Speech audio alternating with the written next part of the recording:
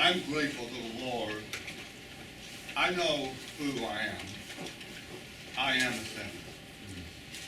I deserve what hell.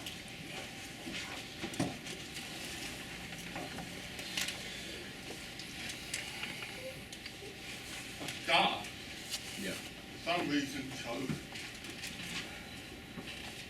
it. And I know if we can just be faithful,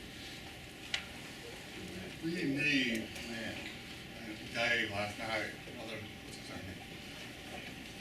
Dave, tell me Dave. The guy inside the first time. Fine. But the two things he has, he's working on the third. I've always told people. When I started that work, have a heart. Have leadership. He has a heart. He has leadership. He's working on the scale. And he's doing far ahead of me. And he's, how many years have been working with that man? 11 years. So you saw me when I was involved with the deaf world in 11 years. You were looking at me like man, look amazing. Let's stay out. Stay out. This morning, I want to get focused on the Word of God this morning, and I want you to notice, I'm going to ask you to look in the Bible in Joshua.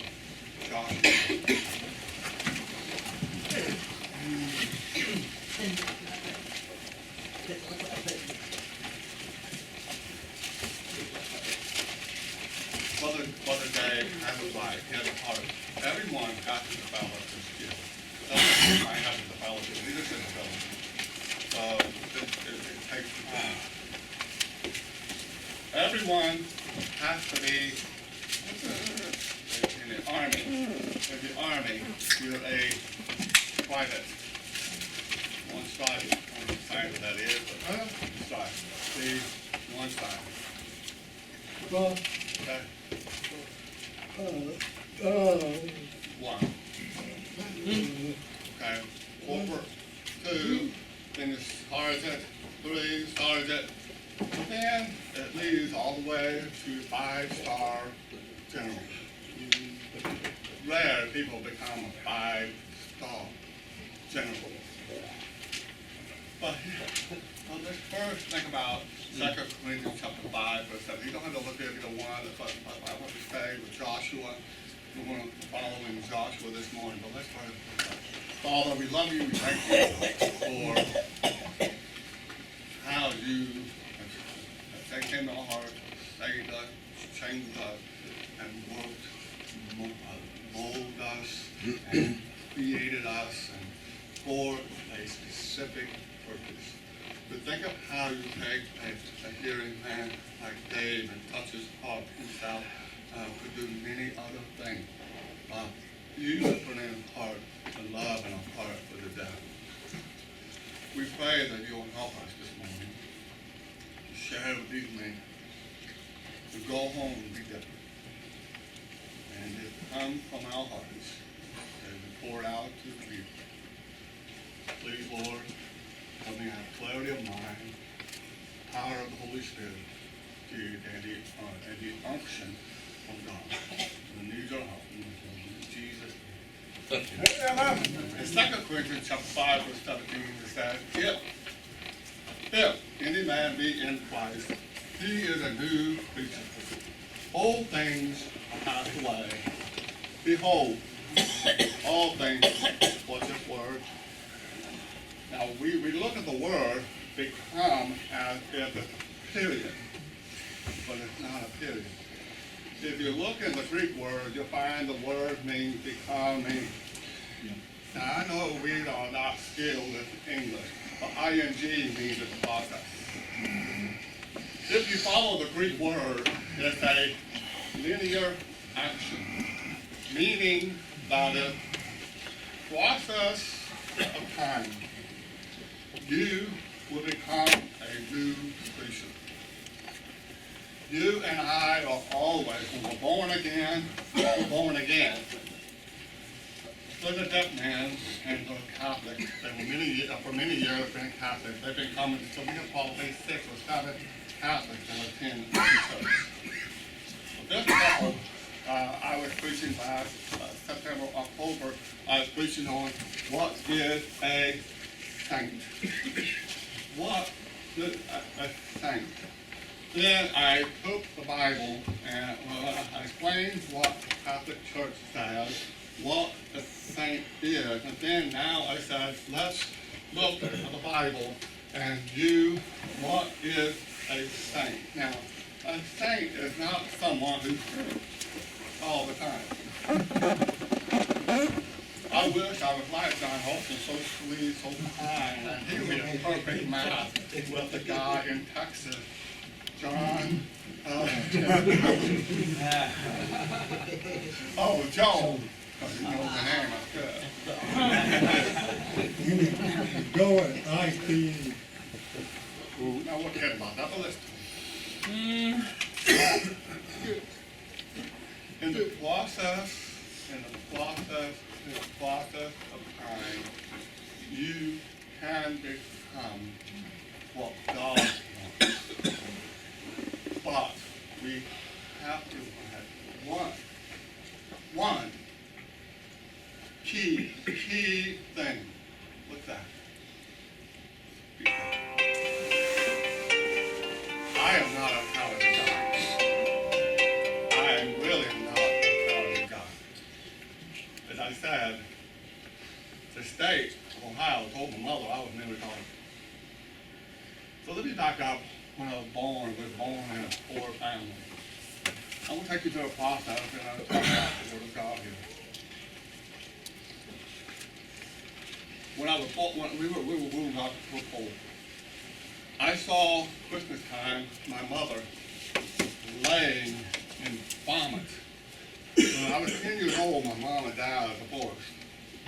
I saw the struggles of my mom trying to raise 5 children just raising 5 children was a struggle. I remember on Christmas morning, my mother was a very, very sacrificial person who loves the children,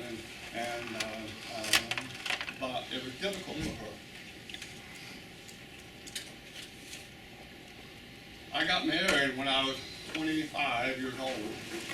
I remember the struggle. Let me back up. When I went to college, I had $60 in my pocket. I didn't know what it meant. I had a credit card until I went through one year. We used a credit card after that. It's a long story. Only time to add that. But when I was in high school, there were some older counselors who would tell my mom she'll never finish high school. When I was in 10th grade, at the age of 17, 4 girls invited me to church. I went to church, and the youngest of the 4 asked me, they wrote me a note that said, "Did you receive Christ tonight as your Savior?" And I was kind and polite with them. I said, "I don't want it." But I made a promise after church, so the 4 girls and the mother come up to me, and they said, "Scott, you come back to church tomorrow night." Okay, fine. I went back to Huff, thought they liked me. Ooh. I went home, school got done. I took a shower, put part of my hair down the middle, put it over the side, and excited, put the whole spice on. I went into the church house. I got in there. I was the 4 girls, they stayed home because they traveled all the time. And the mom and dad was preacher that night, so I stayed home. They stayed home. I was just good. I didn't go to church to hear Daddy preach or the gospel. I went to church. Wow, the 4 girls liked me maybe. That was stupid. But I sat in the back row waiting for church to be done so I could hurry to leave after church. I felt if I leave now, it's a little awkward. So I sat in the back. During the invitation, the preacher, not the dad, but the preacher, the pastor of the church, the Church of Christ and Christian Union, different kind. Well, the man came back, he put his arm around me and said, "Young man, would you like to receive Christ as your Savior?" I was kind, as polite as I could be. I said to him, no, sir. He, a little bit more encouragement, he said, can I pray with you? Take you forward to prayer. And I thought to myself, it's going to be nothing. So I went with him to pray at the altar. I didn't understand nothing he said. I just knelt down with him. I knew he was talking. I could smell his bad breath.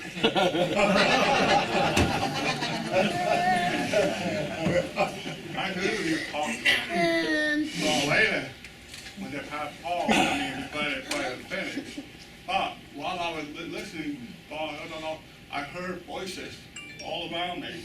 So I opened my eye a little bit, and I realized come down some 35 to 45 men.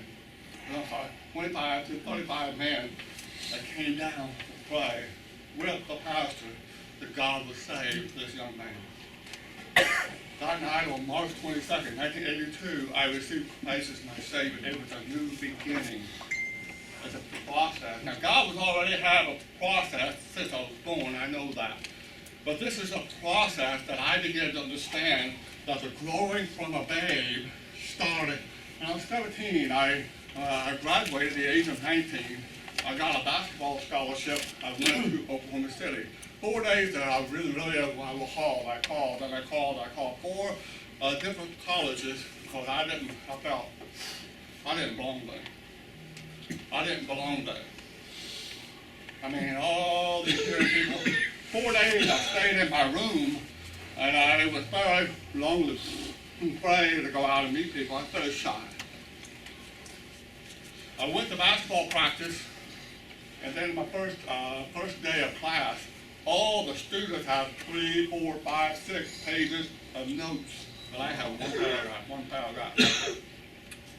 I went home after that night. The school was done. That night, one of the staff asked me to come to their house to eat a meal, and the man asked me, he said, how's school?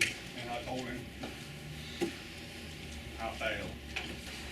I cannot get no notes. So for the next 3 years, he told me, he said, stop, I want you to sit next to a girl, and that girl would take good notes. I said, fine. But I sat next to a girl, and that girl took notes while I would just keep my eyes open and read lips. So that was the next really 2.5 years.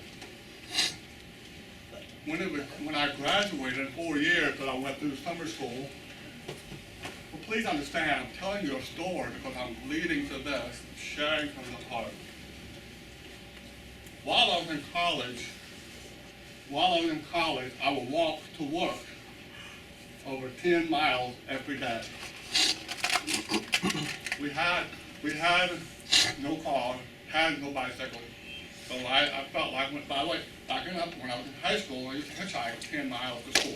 Hitchhike every day, me and my brother. So I thought, to go to college, we'd do it again. So I didn't hitchhike, I walked 10 miles to work. After school was done, after practice was done, 1:30, we met for practice for 2 hours. I went to work, had to walk or run. One night we had a basketball game at 7:30. I think it was 8 o'clock, 7:30, and from work, I got there something like 2 o'clock. I don't remember what it was, 1:30, something like that. I got done, and I ran all the way back to the college gym, which was about 8 miles. When I got there in the locker room, if you say that, I got into the room and I was sweating all over. I was sitting down on the bench, and they asked me, and the guy next to me said, what's up? Why are you sweating? And I said, no, I just think I'm from running from work. That's all I said. Now, I didn't know, I wasn't a starter. But I sat on the bench during the game, and as I sat there, somehow that player told the coach. The next day, the coach was preaching in chapel, and he told the chapel people who were listening the story how God had run. I didn't think nothing because I was used to it. Well, listen to me, please. A process. A process. Second, and then God gave me, someone come up to me and he gave me a bicycle. I used the bicycle to go back and forth to work. Back and forth. And then maybe, I don't know, a while later, someone called me. They said, stop, come over to my house. There was the captain of the basketball team, Dwayne Hickman. He's a principal of Crown Colorado, the Temple Baptist Church Academy for many years now. He works in North Carolina. But Dwayne, he came up to me. He says, "Doc, come over to my house." So I come over to his house. His family was standing out there on the porch, and Dwayne came up to me, and he said, "Ted, we got the keys to this car. We want to give it to you." Now listen, that was it was a shiny, red, white car. Now Dwayne liked to keep things nice. He kept it clean inside. He kept it clean outside. But it came from Tennessee. Please. Then 1.5 years later, I was at a red light near the church, and the front end of the front wheels both same time while I stopped waiting, they both rust.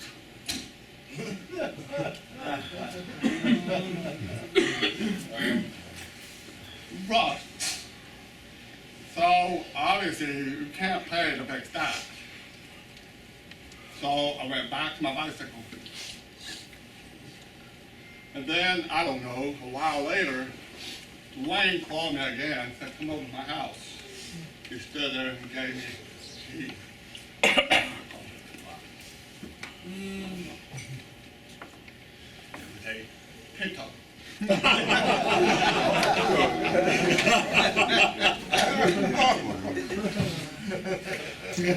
gift from God.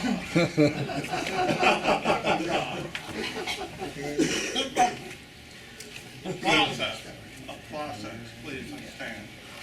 A process. Graduated 4 years by the grace of God. I never understood,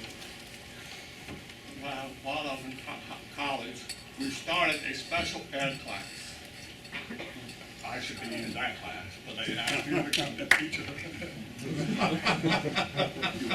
Wow, a teacher. There was a head teacher, I was assistant, helping. Well, from that class, there are people serving the Lord. One is Jane Hooper. Before was Jane Verdoza from New Mexico. She now serves the Lord with her husband in Holiday from college, leading the deaf church there. Boston.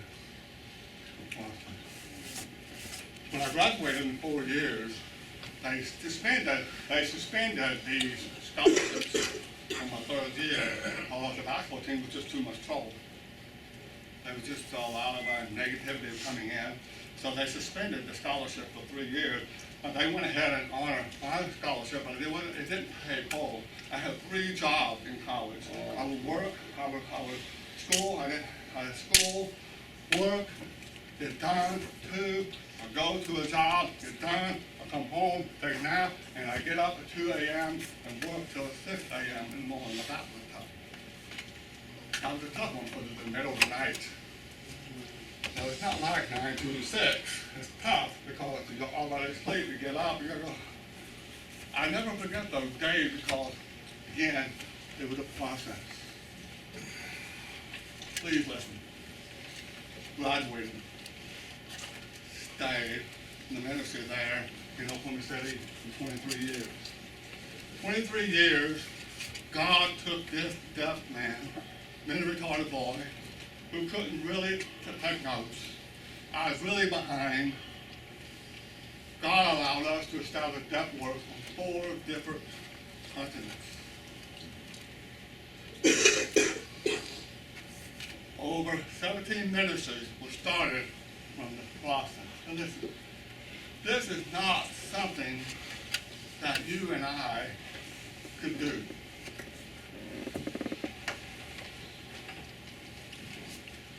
But the many struggles we had we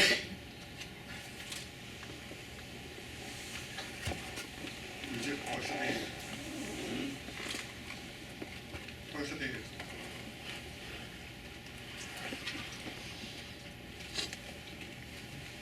I'm going to say this. I don't understand how God can do it. But one thing, what was important, what was the key to God bringing my life to this point? Faithful. I didn't have a lot of money. I was too dumb, too uneducated to quit. Two. When I was 25 or 23, I met my wife through a car accident. Paid for it ever since. 23 years. Today, me and my wife, this May 19th, will be married 30 years. We have 3 wonderful children. This morning, we have a lab plan on our texting. I said, I texted them this morning that I got done doing push-ups and doing some, you know, that kind of dumb stuff. My goal is to become like Crabtree.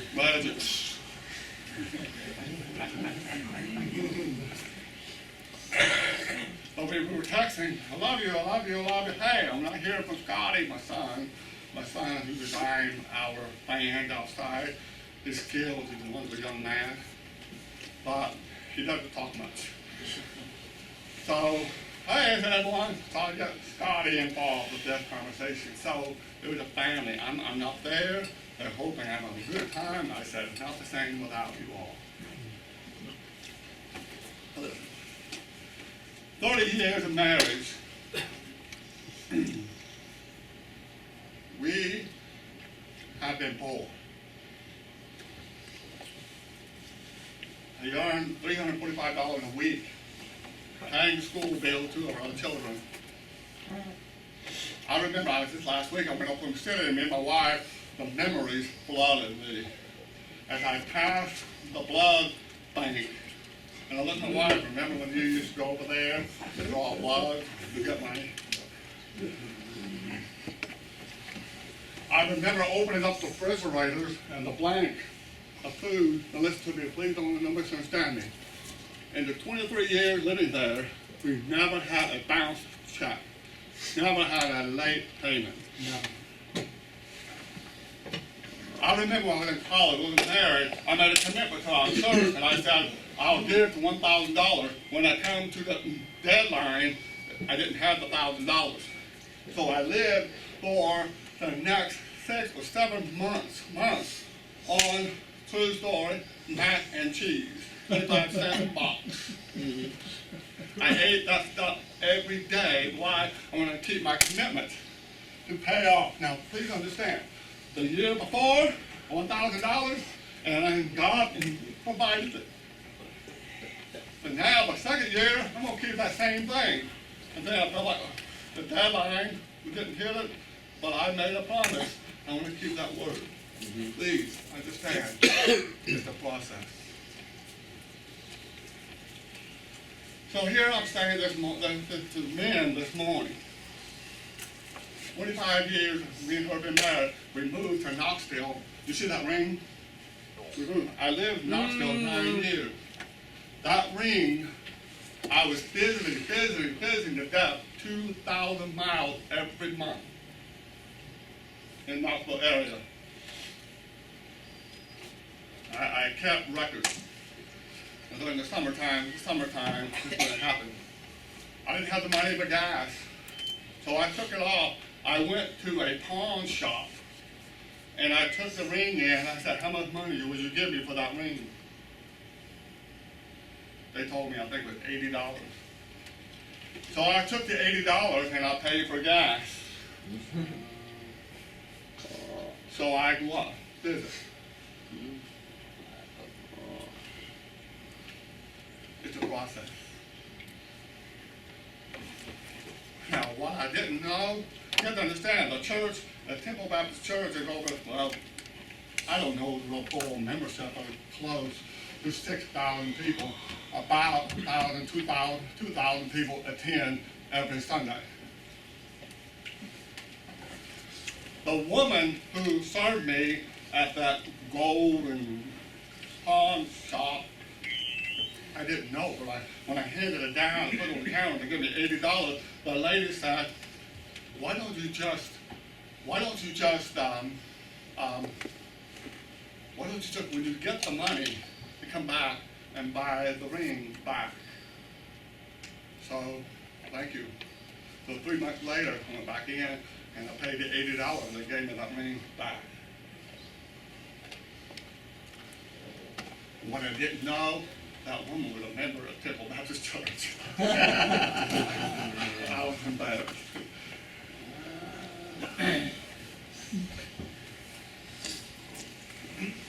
It's a process.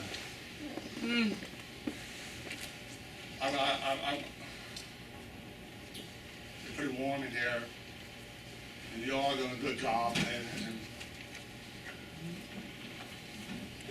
But understand, in 2009, 2007, when God moved me to Columbus the first time, I'll be honest with you, I hated it.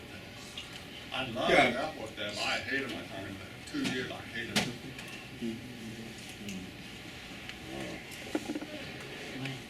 I have never come close to quitting the ministry in my life in those 2 years. Many things I saw out the wrong and broke my heart. I remember one time I called my sister. My sister worked at BDR for almost 30 years. And I called my sister. I said, do you have a job I can get? My emotion, let me tell you that. Never make a decision when you're in the valley or your emotions are low. My emotions, fed up.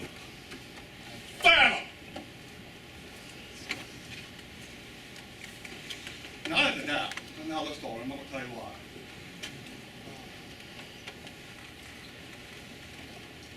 It's a process. It's a process. My wife was very unhappy.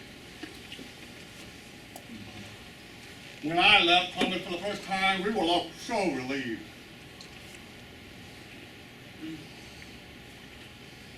We got to Knoxville. It's so exciting. 5 years we stayed working on staff there. 9 years total staying there. We traveled in deputation. It's like God just inspired us all over again. I would never trade deputation for nothing. It was one of the most wonderful times in our lives and ministry that we have ever seen. Some of the most wonderful people we meet with deputation. Someone said, hey, I'm a deaf man. I can't talk well. I mean, I can't hear well, but they can listen to me. So I walk up to them and I shake their hand and say, hey, what's up? How you doing? You know, say sincere. And I just talk. Before church, we meet. I can't hear it sometimes. They got mustache all over half of the mouth. I said, here, come up here. But I travel. I've been to the Devon Church in Rhode Island. Wonderful place to be.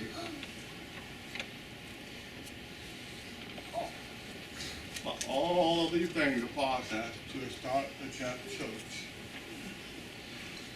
Everything God wanted up to this point, God was doing something. Now let's look in Joshua.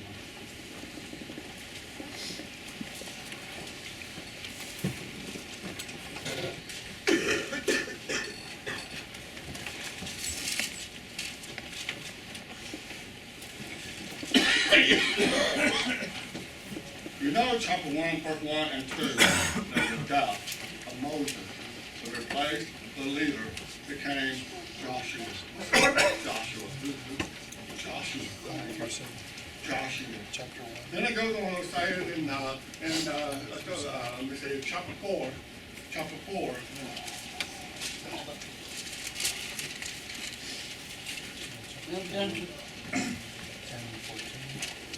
On that day, verse 14, it says, on that day, Joshua, in the sight of on that day, the Lord magnified Joshua in the sight of all of Israel, and they feared him as they feared Moses.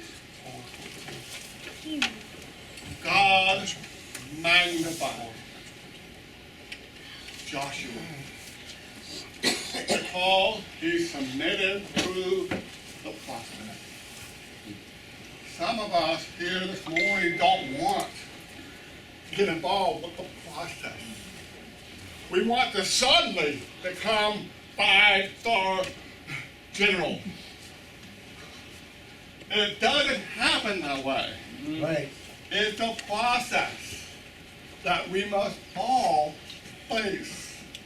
Now, I share the stories of the many stories I'm going to tell you now. There's been many, many wonderful positives. It's a process that God is doing. We find a church building that it was set, it's on 5 acres. 5 acres on the backyard, there are homes with a white fence. $350,000 to $450,000 home right around there. Right across the street, there's an elementary, junior high, and high school fancy. It looks like a university. You go 1 mile down one direction, you'll see over $100 million home.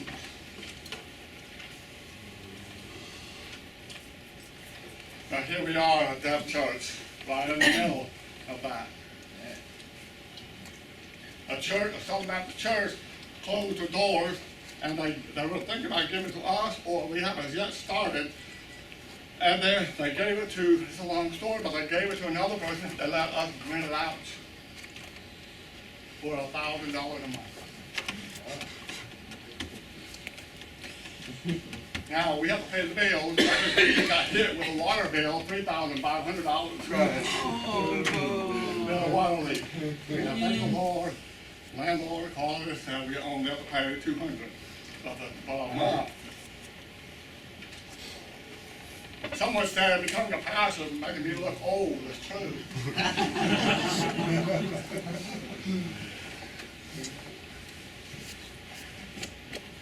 You see that fan out there? Maybe something you see, a church fan. Someone called me one day and they said, Scott, you sit down. I said, yes, sir. We're sitting down. We really had a great day, and someone received Christ that day. We shared a story, and they said the reason we called is because we just recently sold some land and we want to give your church some money to buy a van. I asked him, I said, later, I said, okay, thank you, we hung up. And then we talked for a while. We always FaceTime with our lips. And so I FaceTime, and we got done, and we talked. Then a week later, I said, how much? I had 8 men looking for me to help me find the fan. And I said, those people want to know how much. I didn't know, 10,000, 15,000, 20,000, I don't know. So I called him and said, he said, Scott, he got firm with me.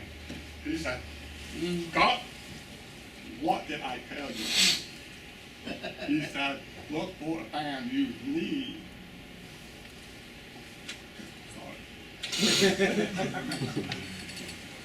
So the person offered that you need a brand new, I don't care, get it. I'm saying, when we are faithful, God will take care of us. Here he says, on that day the Lord magnified Joshua. Let's look up here. Chapter 4, verse 24. It's not there.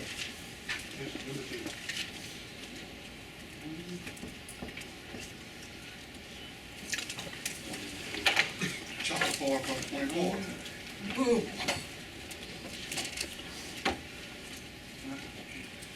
Okay, well.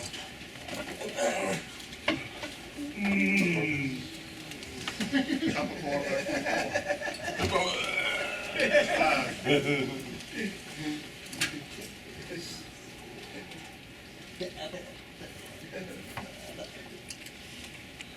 Verse 24.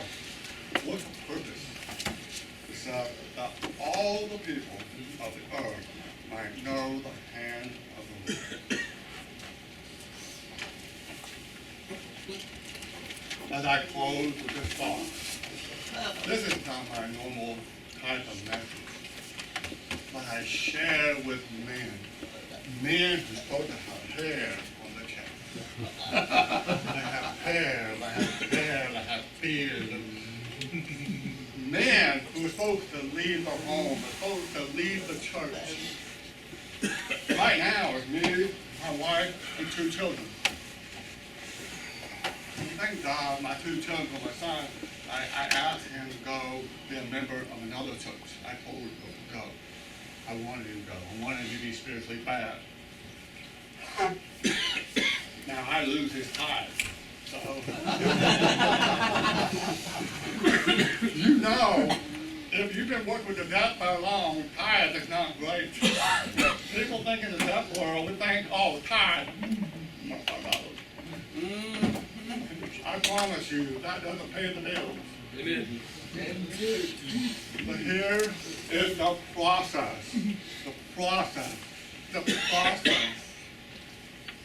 You be faithful. Stay with the stuff. Stay in the book. Stay faithful to God. Now you wake up. Thank you.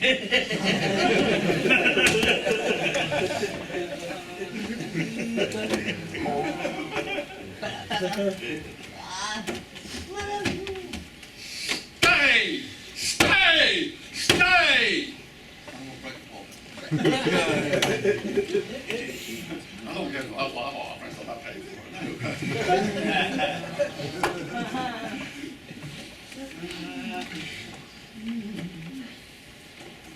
And then you put this there. I'm 55 years old. Okay, wait a minute.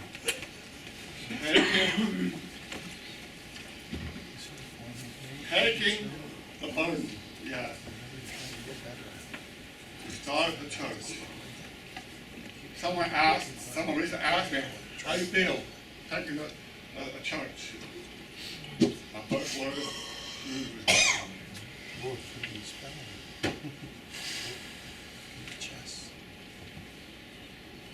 I have a responsibility to feed 45 to 55 people every Sunday. Now, winter time, get down. You know that world. Yes. But there was a time when we had one death. One. Right. Right.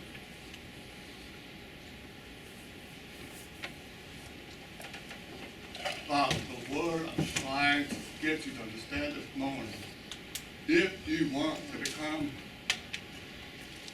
higher rank, I hate to say the word general, you've got to pay the price.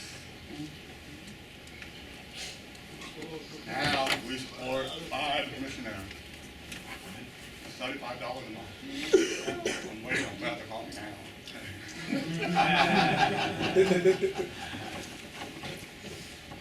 Our people don't understand tithe. They don't understand faith promise. They don't understand. Someone asked me, why don't you teach that faith promise? They have a better learn tithe. Yeah. I've got to close. I'm early.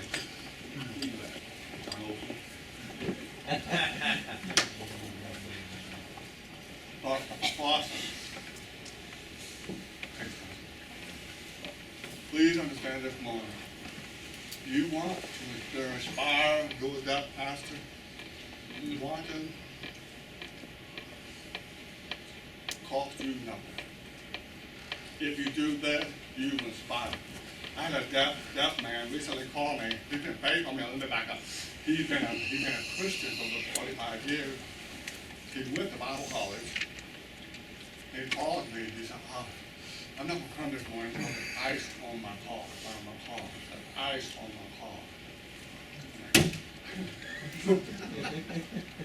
I just recently had to ask someone to remove them from membership because they went back to homosexual lifestyle. And I need that man to be faithful. I need encouragement. People always have an excuse. They just say an excuse to cover up something they don't want to do. So my encouragement to you this morning, go back. Stop making excuses. Stop giving reasons why you can't. Hey, I'm a deaf man. The state of Ohio said I'm retarded. I have no money. I was not educated. I didn't have the support at home. I didn't have those things. But God will bless a man who is faithful. And I challenge you this morning to just talk this morning. It was not a message I preached this morning. But I would say, be faithful. Wait. Go through the process. And God will make you a 4, 1, 2, 3, 4, 5-star gentleman. I know my sign, Fred used to make fun of me.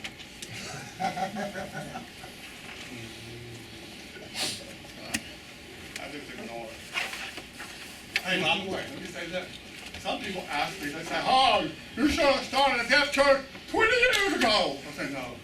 I was not ready. That time was not ready. God allowed us to be involved with almost 30 years of college work in 2 different colleges involved.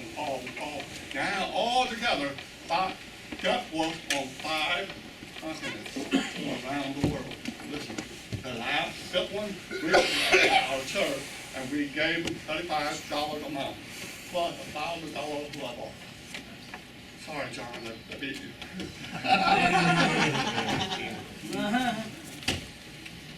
The deaf, we now have a bucket. You wasn't there, but we have a bucket. We have a bucket. The bucket said, lifetime cares. And we asked the lady to stand there, and they come down and line up. We did it for, what's her name? Where's that slow guy? Oh, with Dwayne. Dwayne's daughter came to visit for 1 month. The slow guy, not her. Slow guy. So she stood up. We gave the deaf gave $250 to the daughter.